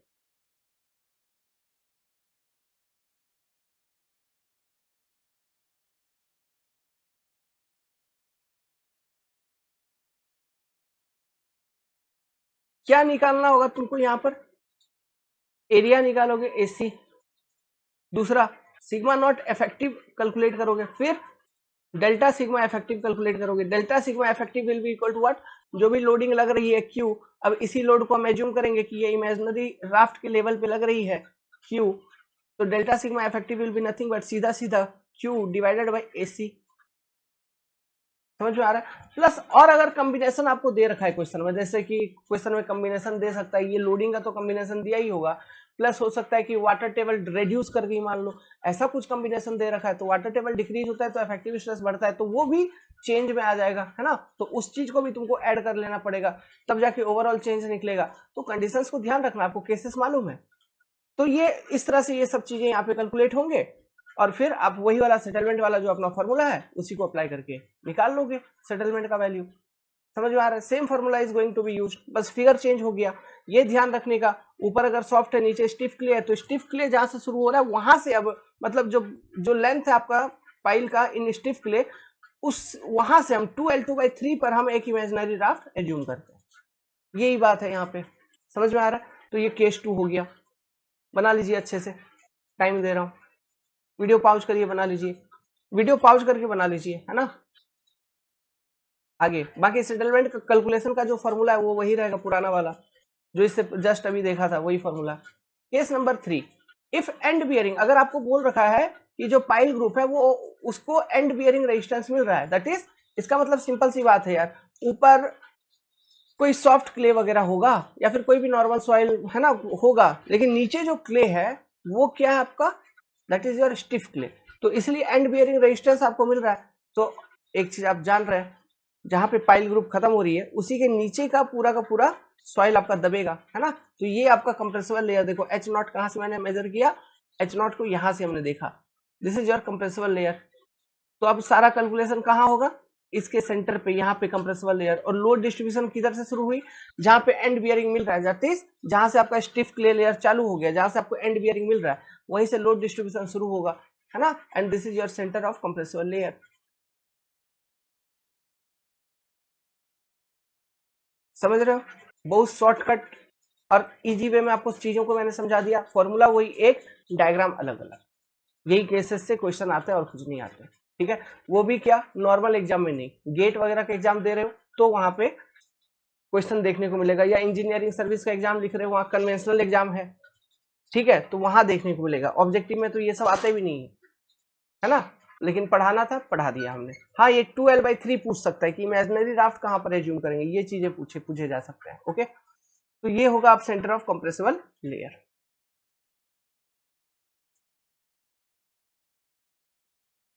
समझ रहे हो चीजों को? चलिए, तो इसी के साथ आपका खत्म हो गया डीप फाउंडेशन, फाउंडेशन इंजीनियरिंग खत्म, सॉइल मैकेनिक्स खत्म। एक छोटा सा टॉपिक और है, चलिए उसको देख लेते हैं, लिख लीजिए इसको, वीडियो पॉज करके लिखिए। फॉर्मूला सेम यूज होगा, है ना? आपको फॉर्मूला मालूम है। सैम्पलर, डायग्राम बनाओ। सैम्पलर मतलब, अरे जो जैसे कोर कटर वगैरह देखो, जैसे स्प्लिट स्पून सैम्पलर हम बोल रहे थे कि वो एसपीटी में जो नीचे लगा रहता है, जो सॉइल के अंदर पेनिट्रेट करता है ना, वो इस तरह का सैम्पलर होता है। ये तो आपको सामने से मैंने इसका क्रॉस सेक्शन काट के दिखाया है, लेकिन आप समझो कि ये इस तरह से एक हॉलो है, ठीक है, हॉलो है। तो ये जो चीज होती है ना, इसको बोलते हैं सैम्पलर ट्यूब, सैम्पलर ट्यूब, ठीक है? ये जो ट्यूब जैसा है ना हॉलो, ये सैम्पलर ट्यूब होगा। अब ये देखिए, आउटर टू आउटर डाया और inner to inner dia, inner to inner dia को मैं D3 कह रहा हूँ, ये D3 है ना? ये inner to inner dia D3, outer to outer dia D4, ये D1 आपको समझ में आ रहा है, ये कटिंग एज का इनर टू इनर D1, और कटिंग एज का outer to outer D2। Cutting edge मतलब ये धारदार होती है, इसलिए तो मिट्टी को काटेगा और वो अंदर जाएगा। समझ में आ रहा है? तो ये होता है सैम्पलर, इसका आप फोटो बना लीजिए, वो सैम्पलर ट्यूब, ये कटिंग एज। तो सैम्पलर ट्यूब का inner to inner diameter D3, outer to outer diameter D4, cutting edge का inner to inner diameter is D1, and outer edge का डायमीटर मतलब outer to outer diameter is D2। ये सारे diameter बना लीजिए, diagram बना लीजिए, वीडियो पॉज करके बनाइए, लिख लो D3 inside diameter of sampling tube, है ना? outside diameter of sampling tube, inside diameter of cutting edge, outside diameter of cutting edge. अब यहाँ पे कुछ कुछ कैलकुलेशन होता है, एक दो फॉर्मूला है बस वहीं से क्वेश्चन आते हैं. पहला इनसाइड क्लियरेंस, इनसाइड क्लियरेंस कितना होना चाहिए? इनसाइड क्लियरेंस इसको हम कहते हैं डी आई. क्या होना चाहिए फॉर्मूला भाई? d3 minus d1 by d1 into 100. इस तरह से निकलता है इनसाइड क्लियरेंस इन परसेंटेज. इसकी जो वैल्यू है ये 1 to 3% के बीच में होना चाहिए किसी भी अच्छे सैम्पलर के लिए. समझ में आ रहा है? तो इनसाइड क्लियरेंस का फॉर्मूला याद रखने का और उसका रेंज क्या है 1 to 3% for a good sampler.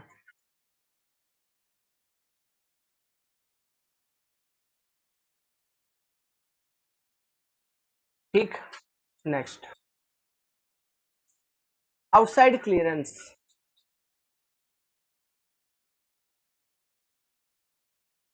Outside clearance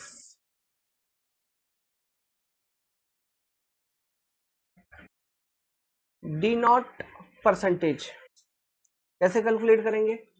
d2 minus d1 by d2 minus d4. Outer outer 4 वाला है ना, d2 minus d4 divided by d4 into 100. इसकी जो वैल्यू है it should be between 1 to 2%. It should B within 1 to 2% for a good sampler.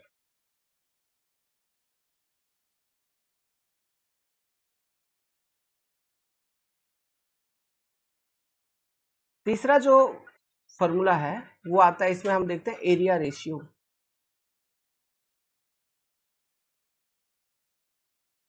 इसको लिखते हैं as A R. ये जो अपना एरिया रेशियो है ये हम जहां पे कटिंग एज आपको दिख रहा है ना, ठीक है, इसी के आसपास हम लिखते हैं. तो एरिया रेशियो हम कैसे लिखते हैं? देखिए area ratio is equal to, simple है, एरिया रेशियो ऑफ सैम्पलर. आप ऐसे लिखो एरिया रेशियो ऑफ सैम्पलर.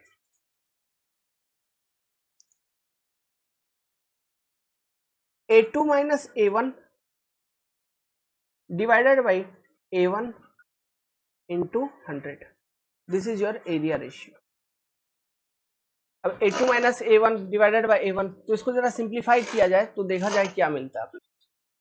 तो area ratio equal to AR of sampler percentage में निकलेगा, है ना.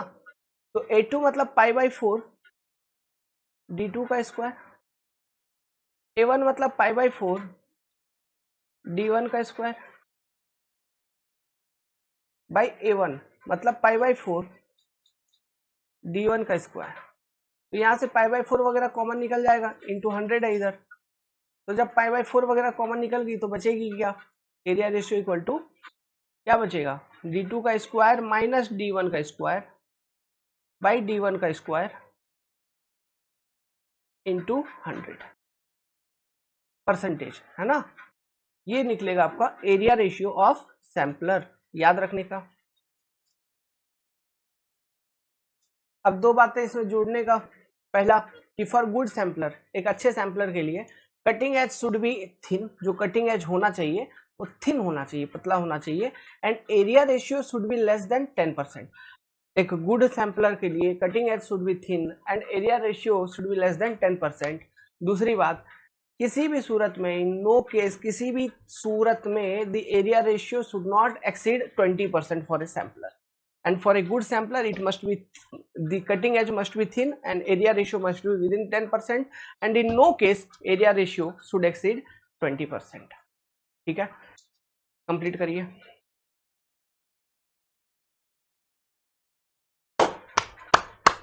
खत्म. आपका सॉइल मैकेनिक्स हो गया खत्म. एक भी ऐसा टॉपिक नहीं है जो आपका छूटा हुआ. आप एग्जाम्स के क्वेश्चंस को, किसी भी एग्जाम्स के क्वेश्चंस को आप सॉल्व कर रहे होंगे तो आप देखेंगे आपको सब चीज आ रहे होंगे, या अगर सॉल्व नहीं हो पा रहा है तो इसका मतलब सिंपली आप ये समझिए कि आप सही रिवीजन में नहीं है ना। तो सही रिवीजन आप करेंगे तो आपका फिर वो सॉल्व होने लगेगा। मतलब क्वेश्चन देख के ये आपको नहीं लगेगा अरे अरे क्या सॉइल मैकेनिक्स में कौन सा नया क्वेश्चन आ गया, है ना, ऐसा फीलिंग नहीं आएगा। समझ गए बात को? तो तालियों के साथ इस पेपर को समाप्त किया जाए। अब नेक्स्ट हम चालू कर देंगे स्ट्रेंथ ऑफ मटेरियल। देखिए दी एंड। अब मैं आपको कुछ इंपॉर्टेंट चीजें बताता हूँ। सॉइल मैकेनिक्स जो आपने अभी पढ़ाई किया, सुनो बात। अभी जैसे आप नेक्स्ट सब्जेक्ट हम सोम पढ़ेंगे, सोम जब हम पढ़ेंगे तो आप क्या करना, ये जो सॉइल है इसको रिवाइज करो, ठीक है, इसको रिवीजन में डालो। रिवीजन कहने का मतलब है कि कम से कम आपको वीक पे, वीकेंड पे, जैसे हम लोग सैटरडे तक पढ़ रहे हैं, संडे आप छोड़ दो, हमारा क्लास आएगा वो आने दीजिए, लेकिन आप सोम पढ़ना बंद कर दो लेट सपोज, या जो भी पेपर पढ़ना कर रहे हो पढ़ रहे हो उसको पढ़ना बंद कर दीजिए, और संडे को जो लास्ट जस्ट प्रीवियस पेपर आपने कंप्लीट किया है उसका रिवीजन आप रखो। रिवीजन तो बनता है। आप नेक्स्ट सब्जेक्ट, नहीं तो क्या होगा ना, ऐसे धीरे धीरे आपके बहुत सारे सब्जेक्ट होते चलेंगे, जो पहले हमने सब्जेक्ट पर रखा है वो आप भूलते चलोगे। तो आप रिवीजन सेशन पे डालो जब नेक्स्ट सब्जेक्ट आप पढ़ रहे हैं, तो ये बहुत जरूरी है। और एक चीज सुनिए, अभी अगर आपने शॉर्ट नोट्स नहीं बना पाया कोई बात नहीं, आप जब रिवीजन करोगे तो हो सकता है, चलो जैसे मतलब हम अभी नेक्स्ट सब्जेक्ट सोम पढ़ेंगे तो मान लीजिए 20 दिन लग रहा है ना, तो मोटा मोटी लेके चलिए कि 3 सप्ताह, तो 3 दिन आपको मिलेगा, 3 संडे प्रॉपर रिवीजन करने में। तो 3 संडे में आप डिवाइड कर दो चैप्टर बाय चैप्टर की, यहाँ से ये कि यहाँ तक, या 2 संडे, दो दिन का कंप्लीट आप रिवीजन सेशन पे रखो कि यहाँ से यहाँ तक चैप्टर को हमको रीड करना है, यहाँ से यहाँ तक रीड करना है। तो रिवीजन सेशन के दौरान आप जो भी इंपॉर्टेंट फॉर्मूला, जो भी इंपॉर्टेंट सेंटेंस, जो भी इंपॉर्टेंट लॉजिक आपको लग रहा है ना, उसको एकदम नोट करते चलो। जैसे हम लोगों ने अभी बहुत बात किया, जैसे स्पेसिंग वगैरह है ना, फैक्टर ऑफ सेफ्टी वगैरह, फिर वो कॉन्वर्स लैबरे फॉर्मूला वगैरह, अभी इसी पाइल फाउंडेशन में, डीप फाउंडेशन इंजीनियरिंग में कितने सारे फॉर्मूले हो गए। सभी का शॉर्ट नोट्स बनाओ, वो बहुत जरूरी है, नहीं तो भूल जाओगे फॉर्मूला, याद नहीं रहता है। वो सेटलमेंट वाला फॉर्मूला, ठीक है, प्लेट का सेटलमेंट, प्लेट लोड टेस्ट में आया था फॉर्मूला, तो वो सब चीजों का शॉर्ट नोट्स होना चाहिए आपके पास। समझ में आ रहा है? एजम्पशंस वगैरह, इन सब चीजों को आप शॉर्ट नोट्स में डालिए। आप जब रिवीजन करेंगे तो उस दौरान आप इनका शॉर्ट नोट्स बना लीजिए, वो काफी जरूरी है आपके लिए। फिर आप शॉर्ट नोट्स को रिवाइज करते रहना, वो आप डेली बेसिस में भी कर सकते हो। आधा घंटा 15 मिनट तो लगेगा यार शॉर्ट नोट्स पढ़ने में, कितना टाइम लगता है 10-15 पन्ना पढ़ने में। पढ़ना है बस, समझा हुआ तो सब कुछ है ही, बस पढ़ना है ताकि हम उससे कनेक्टेड रहें, लगे हाँ हाँ हाँ ये पढ़ा है अभी याद है ना, कनेक्टेड रहना बस, क्योंकि चीजें तो सब कुछ आ रही हैं आपको। अब देखिए क्वेश्चन, क्वेश्चन जो भी आपके पास एमसीक्यू बुक है आप उससे अटेम्प्ट करिए। और अगर मान लीजिए और कोई बेहतर एग्जाम के लिए, आप जो भी एग्जाम के लिए तैयारी कर रहे हैं, आजकल तो सभी एग्जाम अपने आप में बेस्ट है, लेकिन और ज्यादा फीलिंग अटैच होना चाहते हो सब्जेक्ट के साथ, तो इंजीनियरिंग सर्विस का, ईएससी का कन्वेंशनल क्वेश्चंस आप ट्राई करिए, ठीक है। ईएससी का कन्वेंशनल क्वेश्चन एसएससी जेई वाले भी सॉल्व कर सकते हो, ये भी सॉल्व कर सकते हो, ये थोड़ा हल्के लेवल के होते हैं, लेकिन ईएससी का कन्वेंशनल क्वेश्चन काफी कंसेप्चुअल होता है, आपसे सॉल्व होगा, क्योंकि हमने उसी अंदाज में आपको कंटेंट डिलीवर किया है, आपको पढ़ाया गया है, ठीक है। ईएससी के क्वेश्चंस, एसएससी के क्वेश्चंस, गेट के क्वेश्चंस, गेट एग्जामिनेशंस के, फिर आपके जो भी आप स्टेट ए को अगर टारगेट कर रहे हो तो उस पर्टिकुलर स्टेट ए के पीवाईक्यू,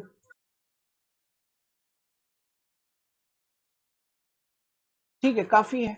आजकल देखिए अगर बुक्स का बात करूं मैं, मार्केट में अलग अलग कोचिंग मटेरियल का बहुत सारे किताब आ रहे हैं। आप जहाँ पे आपको ये क्लास अभी उपलब्ध हो रहा है, अपना भी कोचिंग मटेरियल का क्लास आपको उपलब्ध हो ही जाएगा थोड़ा दिन में। असिस्टेंट इंजीनियरिंग की क्वेश्चन बैंक टाइप हो रही है, तो आप वहां से चीजों को फॉलो कर सकता है, ठीक है, कोई दिक्कत नहीं है। वो वाला क्वेश्चन बैंक को प्रिफर करके यूज करके आप क्वेश्चन सॉल्विंग वहां से कर सकता है। बाकी अगर ये सब क्वेश्चन बैंक आपके पास पहले से है तो इसको फॉलो करिए, यहाँ से क्वेश्चन को सॉल्व करिए। हमारा जहां से क्वेश्चन सीरीज छूटा हुआ था, ये तो हमने सब्जेक्ट खत्म कर लिया, आप क्वेश्चन को ट्राई करते चलिए। मैं नेक्स्ट सब्जेक्ट पे जा रहा हूँ, अभी नेक्स्ट सब्जेक्ट सोम हम जा रहे हैं, तो हमारा ऑब्जेक्टिव था कि सोम रेलवे पैरेलली स्टार्ट कर देंगे, बट अब मैं ये सोच रहा हूँ थोड़ा सा रेलवे को डिले करके, ठीक है, जहां से अपना क्वेश्चन सीरीज छूटा हुआ था सॉइल मैकेनिक्स में, क्योंकि अब चैप्टर हम कंटिन्यूअसली पढ़ा दिए थे, शियर स्ट्रेंथ, कंसोलिडेशन वगैरह सब कुछ है ना, लगातार हमने सब्जेक्ट ही पढ़ाया, तो अर्थ प्रेशर वगैरह सब कुछ कंप्लीट करवा दिए, सब चैप्टर मतलब पूरा सॉइल कंप्लीट हो गया, तो हमने परमिएबिलिटी तक आई थिंक क्वेश्चन सॉल्व कर लिया था, इफेक्टिव स्ट्रेस, परमिएबिलिटी, इन सब चीजों का कर लिया था, सीपेज वगैरह कर लिया था। उसके बाद के जो चैप्टर्स के जो आपके क्वेश्चंस हैं, वो क्वेश्चन सीरीज हम 3-4 दिन में अब से आपको प्रोवाइड करवा देंगे, एमसीक्यू वाले, ईएससी का, गेट का, एसएससी का, है ना, सभी का प्रैक्टिस हो जाएगा आपका, जो भी आपका पी स्टेट ए का प्रीवियस ईयर है, तो ये दौरान में भी आपका एक तरह से रिवीजन हो जाएगा, और बाकी हम सोम का क्लासेस अपलोड करते रहेंगे, ठीक है। और ये जब एमसीक्यू वाला अपना खत्म हो जाएगा, ये 1-2 दिन में खत्म हो जाएगा, एक लेंदी वीडियो डाल देंगे 6-7 घंटे का पूरा, है ना, मैराथन टाइप का, उसमें खत्म हो जाएगा, मतलब एक ही वीडियो में बैठोगे, सारा पूरा क्वेश्चन प्रैक्टिस ऐसे ही करना है, ऐसा नहीं है कि इंतजार नहीं करना अपने को, है ना, कि क्वेश्चन सॉल्विंग कर रहे हैं तो 15 दिन 20 दिन करते रहे, 2 दिन में निपटाया करो अब कोई भी किताब, ठीक है। एक सब्जेक्ट में कितना क्वेश्चन रहता है यार, 600-700 क्वेश्चन है, मान लो किसी एक एग्जाम का, एक सब्जेक्ट मान लो सॉइल मैकेनिक्स मान लो, इंजीनियरिंग सर्विस एग्जाम में आप क्वेश्चन बैंक जो भी आपके पास अवेलेबल है उठा के देखना, अधिक से अधिक 800-900 क्वेश्चन, तो 1000 क्वेश्चन सॉल्व करने में कितना दिन, 3 घंटा में 300 क्वेश्चन सॉल्व करना, मतलब समझिए, जब 3 घंटा में आपका इतना सारा क्वेश्चन, अच्छा ईएससी का 150 है ना, तो ईएससी का 3 घंटे में 150 क्वेश्चन सॉल्व करना है, तो आप उसके हिसाब से अपना डिवाइड कर लो, अगर 10 घंटा डेली का स्टडी भी है तो एक दिन में 450 क्वेश्चन सॉल्व होने का, तो दूसरा दिन फिर 450 खत्म, 2 दिन में एक किताब खत्म, तो इसी तरह से एक आध सप्ताह को कंसिडर करते हुए सभी क्वेश्चन सॉल्व कर लेने के, कन्वेंशनल, ऑब्जेक्टिव, सब कुछ, ये होता है अच्छी स्टडी। खैर कोई बात नहीं, अगर आप ये नहीं करोगे तो वो मेहनत भी हम कर लेंगे, क्वेश्चन प्रैक्टिस भी आपको हम करवा देंगे, बस रिवीजन जरूर करना, शॉर्ट नोट्स जरूर बनाना, समझ गए बात को। चलिए, कोई किसी को डाउट हो तो आप ग्रुप में वहां पे मैसेज कर सकता है, ठीक है, मैसेज कर दो ग्रुप पे, मैं सैटरडे संडे ग्रुप पे आऊंगा। अब ऐसा नहीं है कि आप जब भी मैसेज करोगे मेरे मोबाइल में आ जाएगा मैसेज, हम आ जाएंगे, ठीक है, फ्री रहेंगे, क्लास नहीं ले रहे होंगे तो आ जाएंगे, आपका जो भी डाउट होगा वो डाउट क्लियर कर देंगे, ठीक है। ऑल द बेस्ट, जय हिंद।